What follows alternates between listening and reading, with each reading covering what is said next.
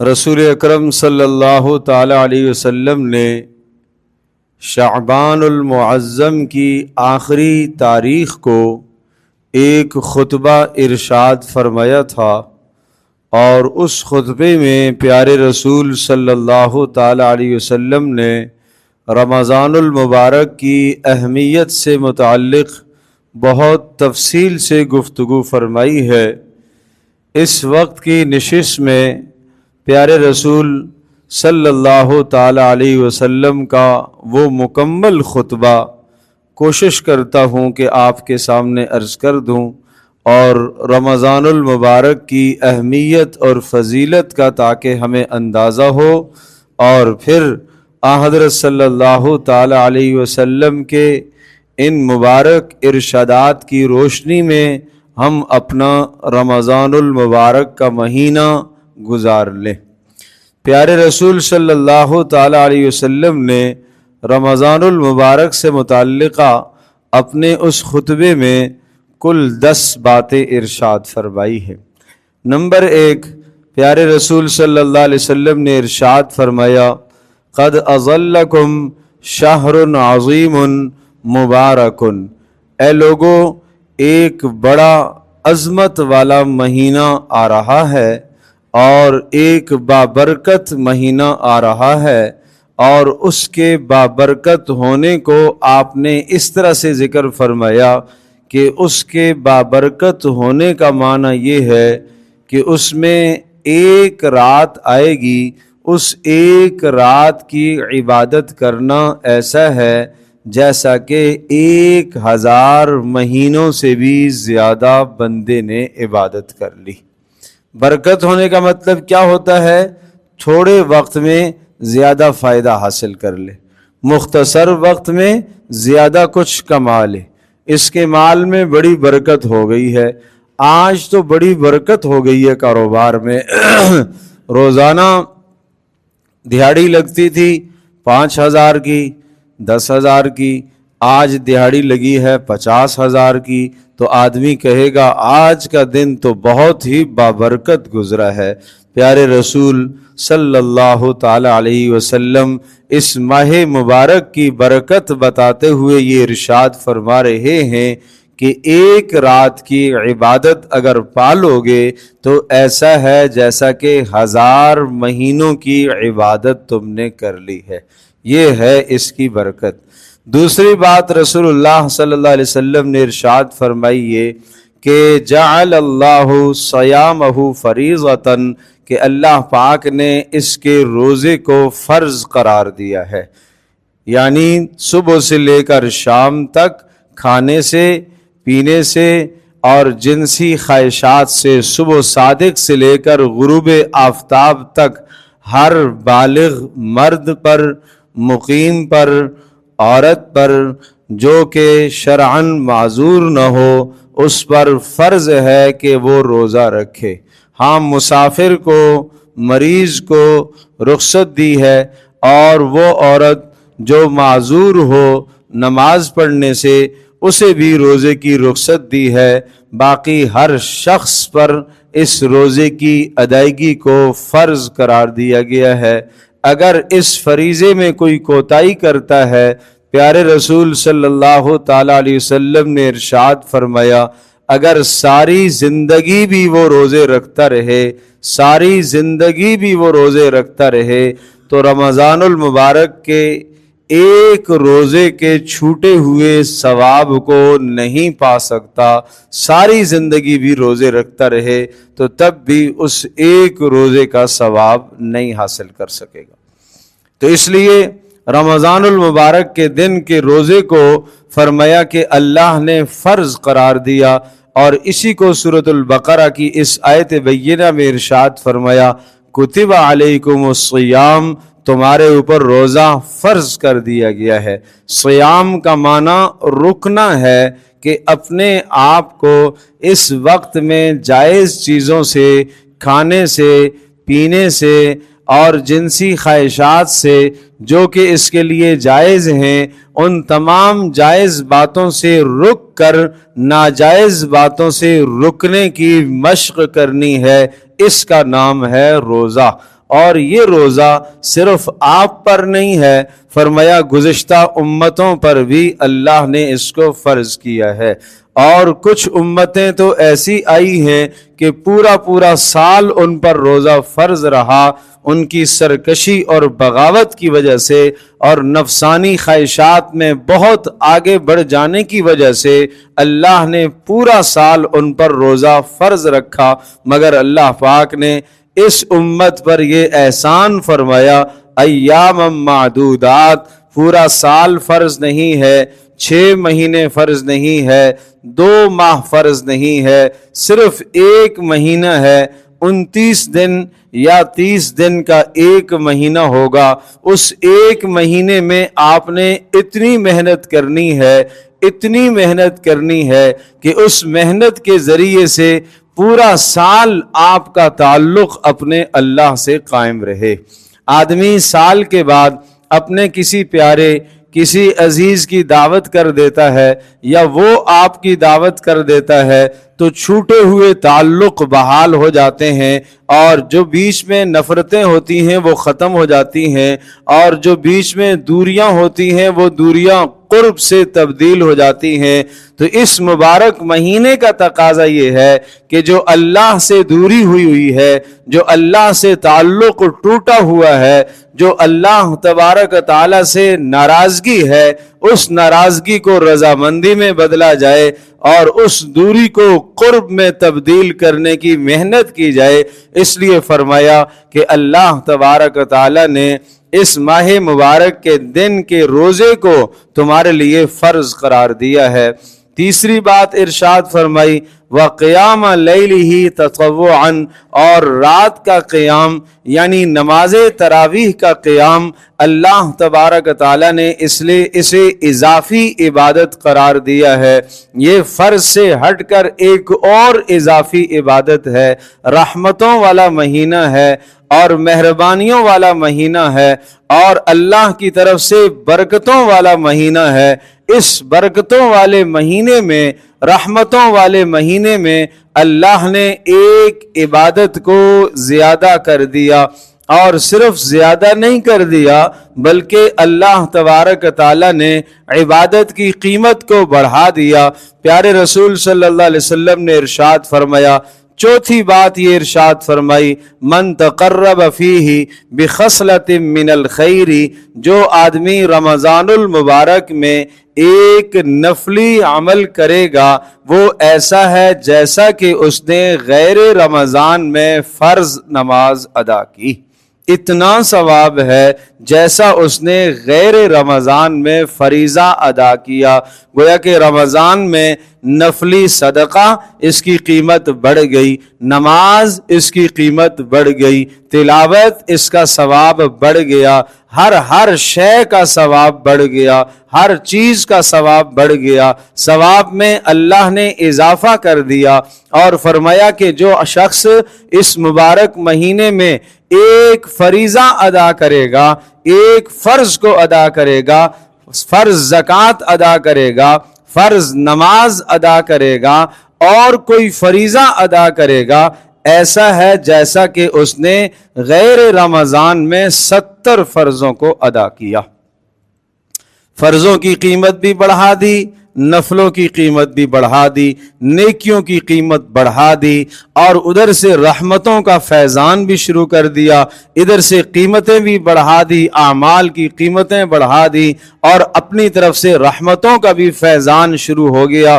پھر پانچویں بات ارشاد فرمائی پیارے رسول صلی اللہ تعالی علیہ وسلم نے، فرمایا شہر الصبر، رمضان صبر کا مہینہ ہے، رمضان صبر کا مہینہ ہے۔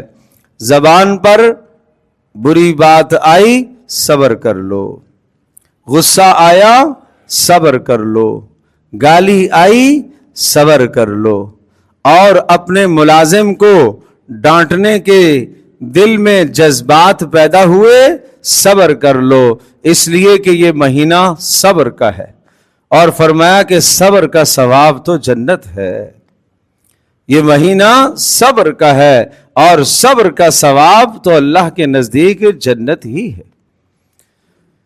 یہ مبارک مہینہ ہمیں صبر سکھاتا ہے، ہمیں تحمل سکھاتا ہے، ہمیں بردباری سکھاتا ہے۔ یوں صاف صاف آپ نے ارشاد فرمایا، اگر اس مہینے میں آپ کے پاس کوئی آدمی آئے لڑائی کرنے کے لیے، الجھنے کے لیے، گالی دینے کے لیے، برا بھلا کہنے کے لیے آپ کے پاس کوئی آئے، تم صبر کر لو اور تم یہ کہو کہ میں تو روزے دار ہوں، میں نے روزہ رکھا ہوا ہے۔ روزہ صرف کھانے اور پینے اور جنسی خواہشات سے رکنے کا نام نہیں ہے، صبر ہے۔ آنکھ کا بھی روزہ صبر، بد نظری اور آنکھ اٹھی غلط چیز کی طرف صبر کرنا، صبر کا مطلب روک لینا۔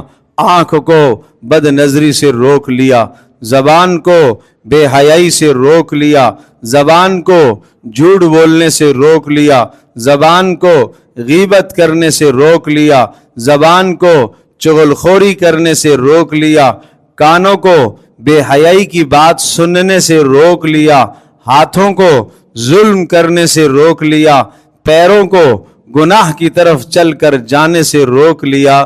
یہ ہے پیارے رسول صلی اللہ تعالی علیہ وسلم کے ارشاد کی مراد ہے کہ شہر الصبر، کہ یہ مہینہ صبر کا ہے۔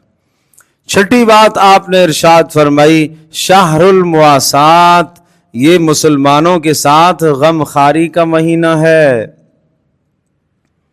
مسلمانوں کے ساتھ ہمدردیوں کا مہینہ ہے، مسلمانوں کے ساتھ ایثار کا مہینہ ہے، اپنے مسلمان بھائیوں کی ضروریات کے خیال رکھنے کا مہینہ ہے۔ شہر المواسات، اپنے مسلمان بھائیوں کے رزق کا خیال رکھنے کا مہینہ ہے۔ یا اللہ، ہم کیسے خیال رکھیں گے؟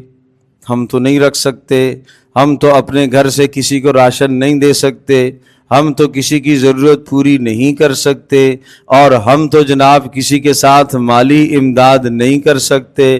بڑی مشکل سے اپنے کپڑے بنوائے، بچوں کے کپڑے بنوائے، اللہ نے اپنے پیارے پیغمبر صلی اللہ تعالی علیہ وسلم سے اس کا جواب دلوا دیا، جواب دلوا دیا، جو تمہارے دل میں خیال آیا اس کا جواب دے دیا۔ فرمایا یزاد فیہ رزق المؤمن، یہ ایسا مہینہ ہے کہ جس میں مومن کا رزق بڑھا دیا جاتا ہے۔ تو وہ قصہ ختم ہو گیا، میں کیسے دوں گا؟ جب پورا سال جس رزق پر آپ گزر بسر کرتے ہیں وہ رزق دگنا کر دیا گیا، اور جس رزق پر پورا سال آپ کی گزر بسر ہوتی ہے، جس لباس پر پورا سال گزر بسر ہوتی ہے، آپ کی اور آپ کے بچوں کی ضروریات پوری ہوتی ہیں، اللہ پاک کی طرف سے یہ اعلان ہو رہا، محمد رسول اللہ صلی اللہ تعالی علیہ وسلم یہ اعلان فرما رہے ہیں کہ تمہارے رزق میں اللہ کی طرف سے اضافہ ہو گیا ہے۔ یہ اضافہ اسٹاک کرنے کے لیے نہیں ہے، یہ اضافہ بینک بیلنس بنانے کے لیے نہیں ہے، یہ اضافہ بینک بھرنے کے لیے نہیں ہے، یہ اضافہ خواہشات کو پورا کرنے کے لیے نہیں ہے، یہ اضافہ لذتوں کو اڑانے کے لیے نہیں ہے، یہ اضافہ ناجائز جگہوں پر پیسہ بہانے کے لیے نہیں ہے، بلکہ یہ اضافہ اس لیے کیا ہے، دو وجہوں سے یہ اضافہ ہوا ہے۔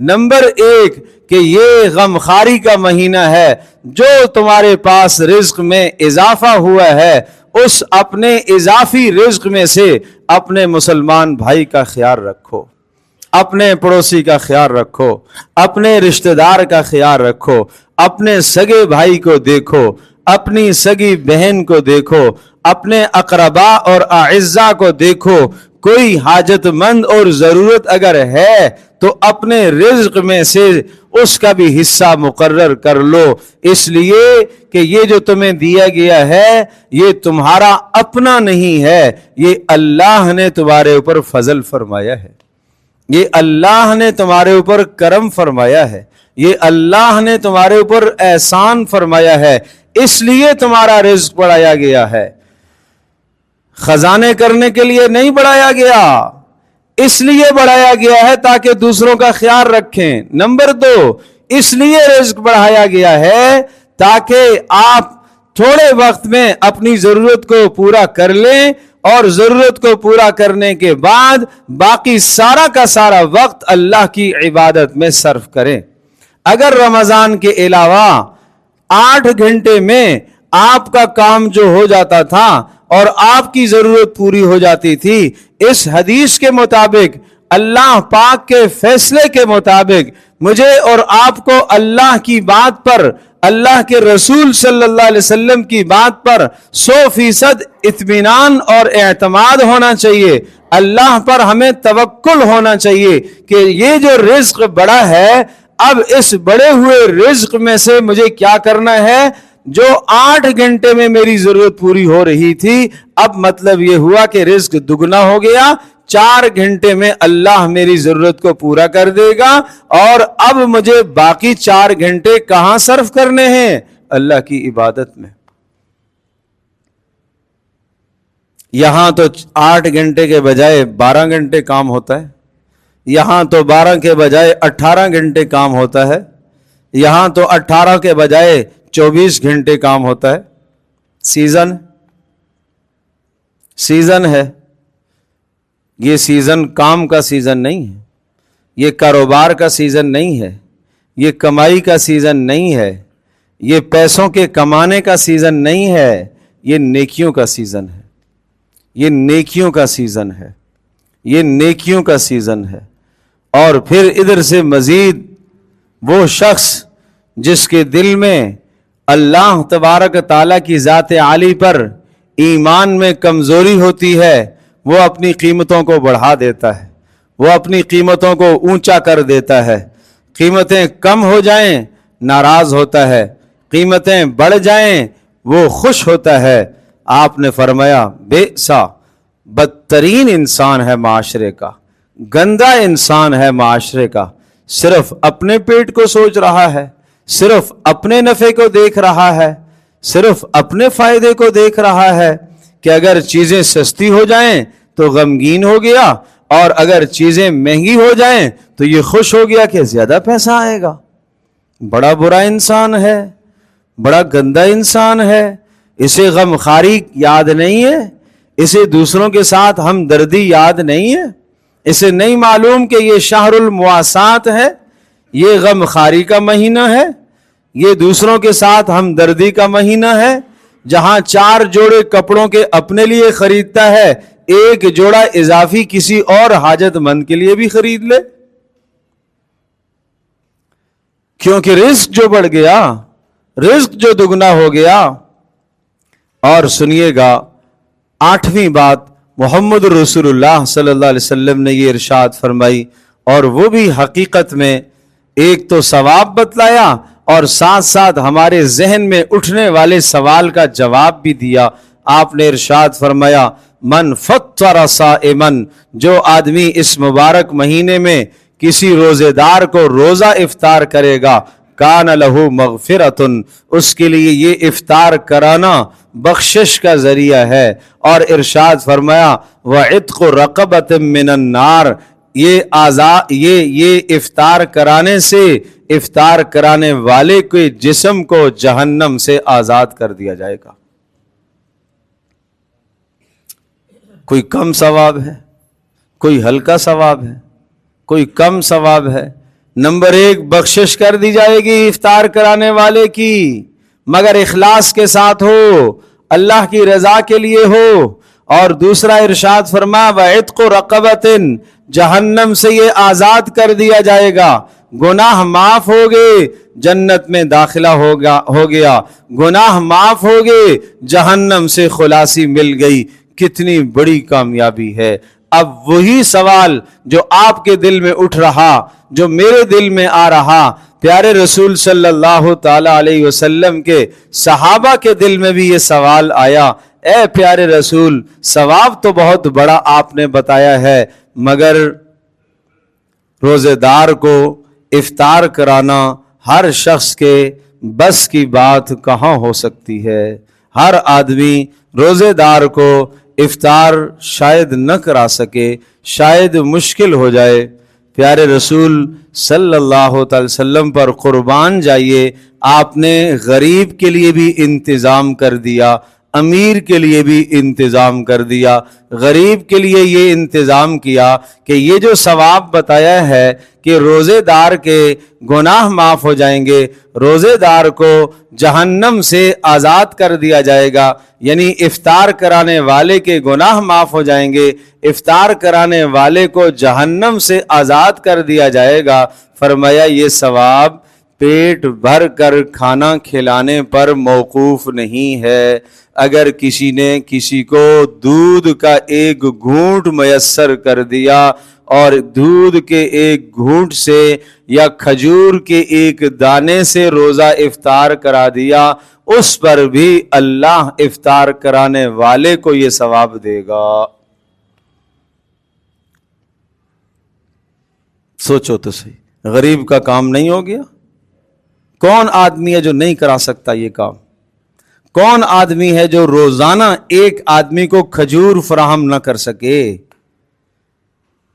اسلام نے یہ کام ایسے سادے بتائے، ایسے سہل اور آسان بتائے جس میں کوئی نمود و نمائش نہ ہو۔ اگر آپ سمجھیں کہ افطار کرانے کا مطلب یہ ہے کہ افطار کرانے کا مطلب یہ ہوا کہ کھجوریں بھی ہوں وافر میں، پکوڑے بھی ہوں وافر میں، سموسے بھی ہوں وافر میں، فروٹ چاٹ بھی ہو وافر میں، اور جناب پتہ نہیں کیا کیا لوازمات بھی ہو وافر میں، پیارے رسول صلی اللہ علیہ وسلم نے ان میں سے کسی کو ذکر نہیں فرمایا۔ اگر یہ ساری باتیں ہوتی تو غریب آدمی یہ کہتا یہ میں تو نہیں ثواب حاصل کر سکتا۔ بھائی قربان جائیے محمد رسول اللہ صلی اللہ تعالی علیہ وسلم پر، آپ نے یہاں تک فرمایا کھجور کا دانہ میسر نہیں ہوا کوئی بات نہیں، ایک لسی کا گھونٹ، دودھ کا گھونٹ میسر ہو گیا، اس کے ذریعے سے افطار کرا دینا۔ یہ بھی میسر نہیں ہوا، کسی کو پانی کا ایک گھونٹ فراہم کر دینا اور پانی سے افطار کرا دینا، اس پر بھی اللہ تمہیں ثواب دے دے گا۔ مجھے بتائیے کون آدمی ہے جو محروم ہو جائے گا؟ جو اب بھی محروم ہے وہ بد نصیب نہیں ہے تو اور کیا ہے؟ وہ بد نصیب نہیں ہے تو اور کیا ہے؟ وہ کیوں لزوم کر رہا ہے؟ کیوں وہ التزام کر رہا ہے کہ میں مہینے میں ایک دن افطاری کراؤں گا اور بہت بڑی سری افطاری کراؤں گا اور بہت سارے لوگوں کو میں جمع کروں گا اور بہت سارا کھانا میں بنواؤں گا اور بہت سارا سامان افطاری کا میں تیار کراؤں گا؟ رسول اللہ صلی اللہ علیہ وسلم نے تو یہ کچھ نہیں بتایا۔ میں اپنے گھر میں دعوت دوں گا، نہ دو آپ گھر میں دعوت۔ آپ اپنے لیے کھجوریں لے کر آئے ہیں، اپنے پڑوسی کے گھر میں 2-4 کھجوریں پیش کر دو۔ آپ جو سامان تھوڑا سا اپنے لیے لے آئے ہیں، اپنے پڑوسی کے گھر میں بھی کچھ آپ نے دے دیا، اس جذبے سے تاکہ مجھے روزہ افطار کرانے کا ثواب مل جائے، اور اسے کہہ دیا بھائی آپ سے درخواست ہے کہ آپ میری یہ دی ہوئی کھجور سے اپنا روزہ افطار کر لیجئے گا۔ اللہ تو آپ کی نیتوں کو جانتا ہے، اور ادھر دوسرے کو بھی حق پہنچتا ہے، وہ بھی آپ سے اس چیز کو قبول کر لے، وہ بھی نخرے نہ کرے کہ 2 کھجوریں دے رہا ہے اور بڑا احسان کر رہا ہے۔ میرے عزیز، وہ اپنی آخرت بنا رہا، تو اپنی آخرت بنا رہا، تجھے لینے کا ثواب ملے گا، اسے دینے کا ثواب ملے گا۔ یہ تو ہو گیا غریبوں کا انتظام۔ اور پھر ارشاد فرمایا پیارے رسول صلی اللہ تعالی علیہ وسلم نے، سبحان اللہ، جو پیٹ بھر کر کسی کو کھلا دے گا، یہ تو بات تھی کس کی؟ صرف ایک دانہ کھجور کا کھلا دے یا صرف ایک گھونٹ پانی کا پلا دے، اور ارشاد فرمایا اگر کسی نے کسی کو پیٹ بھر کر کھانا کھلا دیا تو اس پر کیا ملے گا؟ پیٹ بھر کر اگر کسی کو کھلا دیا، پیٹ بھر کر اگر کسی کو دے دیا، تو فرمایا اللہ تبارک تعالیٰ اسے جنت میں ایسا پانی پلائے گا کہ کبھی بھی اسے پیاس نہیں لگے گی۔ سبحان اللہ، سبحان اللہ، سبحان اللہ، سبحان اللہ۔ اللہ اسے جنت کا کھانا کھلائے گا، اور اللہ اسے حوض کوثر کا پانی پلائے گا، اور وہ حوض کوثر کا پانی حضرت محمد مصطفیٰ صلی اللہ تعالی علیہ وسلم کے مبارک ہاتھوں سے پانی پیے گا، اور جس شخص نے پیارے نبی محمد رسول اللہ صلی اللہ تعالی علیہ وسلم کے پیارے اور مبارک اور مقدس اور خوبصورت ہاتھوں سے وہ حوض کوثر کا پانی پی لیا، اس کو جنت میں کبھی بھی پیاس نہیں لگے گی۔ اللہ ہم سب کو یہ سعادتیں عطا فرمائے۔ یہ کوئی ہلکی باتیں نہیں ہیں۔ میں نے آپ سے عرض کیا میں کیا سنا رہا ہوں آپ کو، دیر سے جو آئے ان سے نہیں پوچھ رہا، جو شروع سے ہے کیا سنا رہا ہوں، بھول گئے ہیں سارے، کیا سنا رہا ہوں؟ میں یہ سنا رہا ہوں کہ پیارے رسول صلی اللہ تعالی علیہ وسلم نے شعبان کے آخر میں خطبہ ارشاد فرمایا تھا، اس میں کوئی بات میری اپنی نہیں ہے، وہ سارا کا سارا خطبہ اٹھا کر آپ کے سامنے پیش کر رہا ہوں، اور اس خطبے میں 10 باتیں تھیں، وہ باتیں میں آپ کے سامنے پیش کر رہا ہوں۔ کوئی ہلکی بات نہیں ہے، کوئی کچی بات نہیں ہے۔ محمد رسول اللہ صلی اللہ تعالی علیہ وسلم کی فرمائی ہوئی بات، وما ينطق عن الهوى ان هو الا وحی یوحى، آپ تو وہی فرمائیں گے جو اللہ کی طرف سے وحی ہوگا، جو اللہ کی طرف سے وحی ہوگا۔ پھر رسول اللہ صلی اللہ تعالی علیہ وسلم نے نئی بات یہ ارشاد فرمائی، آپ نے ارشاد فرمایا شہر اولہ رحمہ، یہ ایسا خوبصورت مہینہ ہے کہ اس کا پہلا عشرہ رحمت کا ہے، وَأَوْسَطُهُ مغفرہ، اور دوسرا حصہ اس کا وہ مغفرت اور بخشش کا ہے، فرمایا وَآخِرُهُ عِتْقٌ مِّنَ النَّارِ، اور تیسرا عشرہ جہنم سے خلاصی کا ہے۔ یہ در حقیقت 3 قسم کے لوگ آپ نے بتائے، 3 قسم کے لوگ آپ نے بتائے، سنو، 3 قسم کے لوگ آپ نے بتائے جو رمضان سے پہلے مکمل طور پر تیاری کر لیتے ہیں رمضان کے لیے، جو رمضان کی آمد سے پہلے مکمل طور پر اپنے آپ کو تیار کر لیتے ہیں، ان کے لیے پہلے دن سے ہی رحمت شروع ہو جاتی ہے، اور جو پہلے گناہوں میں لگے رہتے ہیں، نافرمانیوں میں لگے رہتے ہیں، اور جس دن چاند ہوا بھاگے دوڑے پہنچے مسجد میں، کچھ ملی نماز کچھ نہ ملی، اور پھر بھی چلتے رہے آہستہ آہستہ، تو بس یہ پہلا حصہ ان کے لیے ان کے لیے رحمت ہے، آہستہ آہستہ ان کے گناہ دھلیں گے، اور دوسرے حصے میں جا کے یہ اللہ تبارک تعالیٰ کی بخشش کے قابل ہو جائیں گے، اور تیسرے حصے میں جا کر جہنم سے ان کو آزادی مل جائے گی۔ مگر کچھ بد نصیب ایسے بھی ہوتے ہیں تیسرا حصہ گزرنے کے بعد بھی جہنم سے آزاد نہیں ہو پاتے، ان کے لیے تو تباہی ہے، نہ صرف تباہی نہیں ہے، ان کے لیے بربادی ہے، نہ صرف بربادی نہیں ہے، بلکہ محمد رسول اللہ صلی اللہ تعالی علیہ وسلم نے ان کی تباہی اور بربادی کی بد دعا فرمائی ہے۔ سوچو تو صحیح، رحمت للعالمین ہے، رحیم ہے، کریم ہے، بد دعا کر رہے ہیں تباہ ہو جائے، برباد ہو جائے، ہلاک ہو جائے، کوئی ضرورت نہیں ہے اس کی۔ جس نے رمضان کا مہینہ پایا اور اپنی بخشش نہ کروا سکے، برباد ہو جائے، ہونے دو۔ کتنا سخت ناراضگی کا اظہار ہے، کتنا سخت ناراضگی کا اظہار ہے۔ ایک باپ اپنے نافرمان بیٹے کے متعلق کہتا ہے دفع کر دو اس کو، جانے دو اس کو، مر جائے، نہیں ضرورت ہے اس کی، مت آئے یہ گھر میں میرے پاس۔ پیارے رسول صلی اللہ علیہ وسلم کس قدر ناراضگی کا اظہار فرما رہے ہیں، ہو جائے تباہ، ہو جائے برباد، نہ آئے میرے پاس حوض کوثر پہ، نہیں ہے اس کی ضرورت۔ یہ وہ شخص ہے جس نے رمضان کو پا کر اپنی زندگی کو نہ بدلا، اپنی زندگی کو نہ بدلا، جس نے جو گناہوں میں لگا رہا، نافرمانیوں میں لگا رہا، جس نے اپنی زندگی میں کوئی انقلاب پیدا نہیں کیا، رمضان سے پہلے کی اور بعد کی زندگی میں کوئی فرق نہیں ہے۔ عید کا دن وہ نمازیوں کے ساتھ، وہ روزے داروں کے ساتھ جا کے عید کرنے کا حق نہیں رکھتا، نہیں رکھتا، نہیں رکھتا۔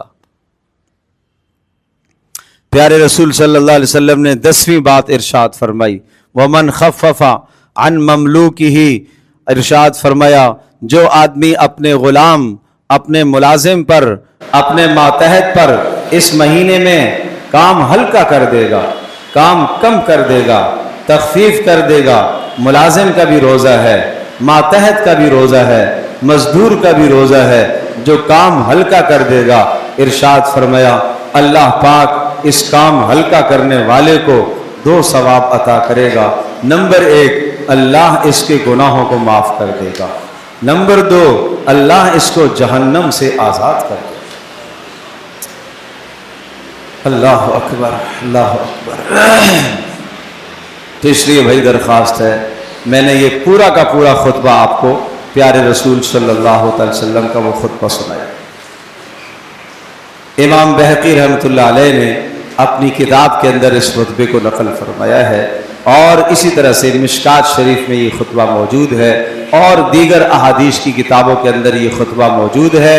یہ پورا کا پورا خطبہ میں نے پڑھ کر آپ کو سنایا، اس کا مفہوم اور معنی سنایا، صرف یہاں تک نہیں سنایا بلکہ میں اس مضمون کو لکھ کر بھی آپ کے لیے لایا تاکہ یہ پورا کا پورا مضمون آپ کے سامنے آ جائے، اور صرف آپ کے سامنے نہ رہے، آپ اپنے گھر میں لے جائیں، اور آپ کی گھر والیاں بھی محتاج ہیں، آپ کی اولادیں بھی محتاج ہیں، آپ کے بچے بھی محتاج ہیں۔ آپ اس کو پھیلائیں، اور جہاں آپ ملازمت کر رہے ہیں ان لوگوں تک بھی یہ پیغام پہنچ جائے، محمد رسول اللہ صلی اللہ علیہ وسلم کا خطبہ وہاں تک بھی پہنچ جائے، تو کتنی اچھی بات ہو۔ آپ ذریعہ بن جائیں کسی کی زندگی کے بدلنے کا، تو آپ کی بخشش کا ذریعہ ہے۔ اور آخری بات یہ ہے کہ رمضان میں رات کو نماز تراویح بڑے اطمینان سے سکون سے نماز تراویح ادا کیجیے گا، جلدی والا حافظ مت ڈھونڈیے گا، اس لیے کہ رسول اللہ صلی اللہ علیہ وسلم نے فرمایا کہ رات کا قیام وہ اللہ تبارک تعالیٰ نے مومن کے لیے ایک اضافی عبادت بنائی ہے، اور ایسی جگہ پر قرآن کریم سنو، ایسی جگہ پر نماز تراویح ادا کرو جہاں ایک ایک لفظ آپ کو قرآن کا سمجھ میں آتا ہو۔ یوں نہ ہو کہ آپ نے سنا، حافظ نے سنایا، اور جب دونوں فارغ ہو گئے، پیارے رسول صلی اللہ علیہ وسلم کے ارشاد کے مطابق قرآن دونوں پر لعنت کر رہا ہے۔ اطمینان سے، جلد بازی نہیں۔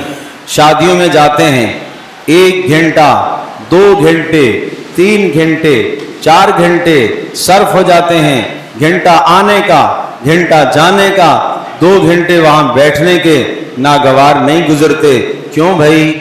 کیوں جی؟ اس سے تعلق ہے، اس سے محبت ہے، کیا کریں؟ اللہ سے محبت نہیں ہے، اللہ سے تعلق نہیں ہے۔ تراویح پڑھنے والا، ہاتھ باندھ کر کھڑے ہونے والا کس کے سامنے کھڑا ہے؟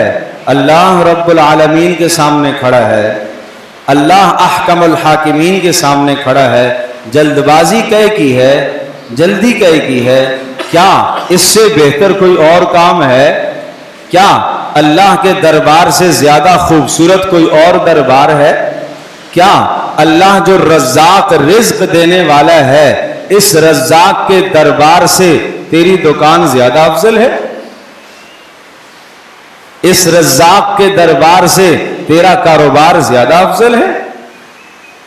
اس رزاق کے دربار سے تیرا گھر زیادہ افضل ہے؟ جب نہیں ہے تو پھر اپنے ایمان کا احتساب کیجئے۔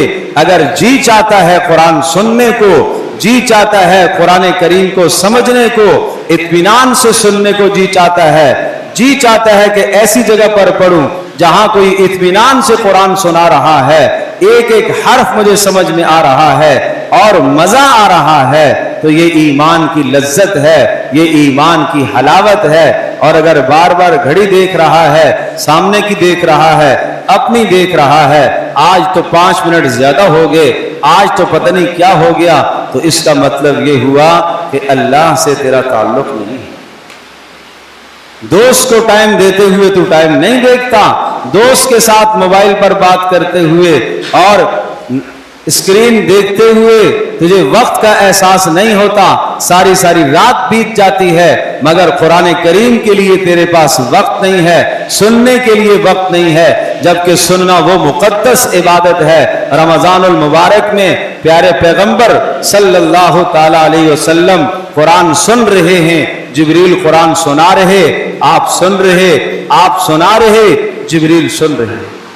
یہ رسول اللہ صلی اللہ علیہ وسلم کی سنت ہے، یہ پیارے صحابہ کرام رضی اللہ عنہم اجمعین کی سنت ہے۔ اہتمام کے ساتھ نماز تراویح کو ادا کیجئے، ہلکا مت لیجئے گا۔